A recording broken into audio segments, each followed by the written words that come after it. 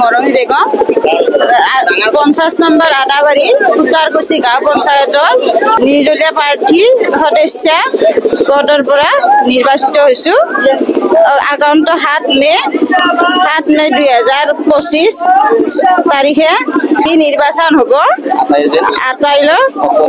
auto rickshaw ছবিত vote দিয়ে মোৰ লগত কাৰো কণ্টেষ্ট নাই জয় নিশ্চিত 50 নম্বৰ আদাবাৰী উত্তৰকুছি গাঁও পঞ্চায়তৰ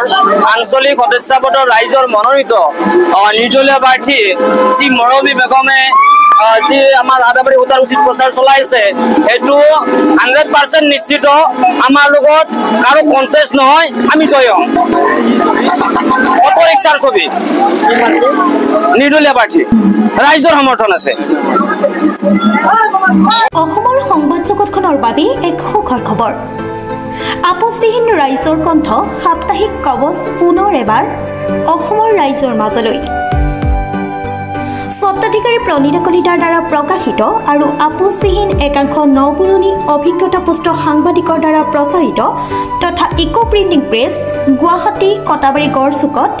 মুদ্ৰিত সাপ্তাহিক কবচ এতিয়া অসমৰ বিভিন্ন প্ৰান্তত উপলব্ধ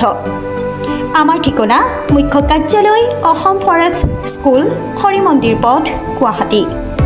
আৰু উপ কাৰ্যালয় কলিতা মাৰ্কেট বিজয়নগৰ কামৰূপ অসম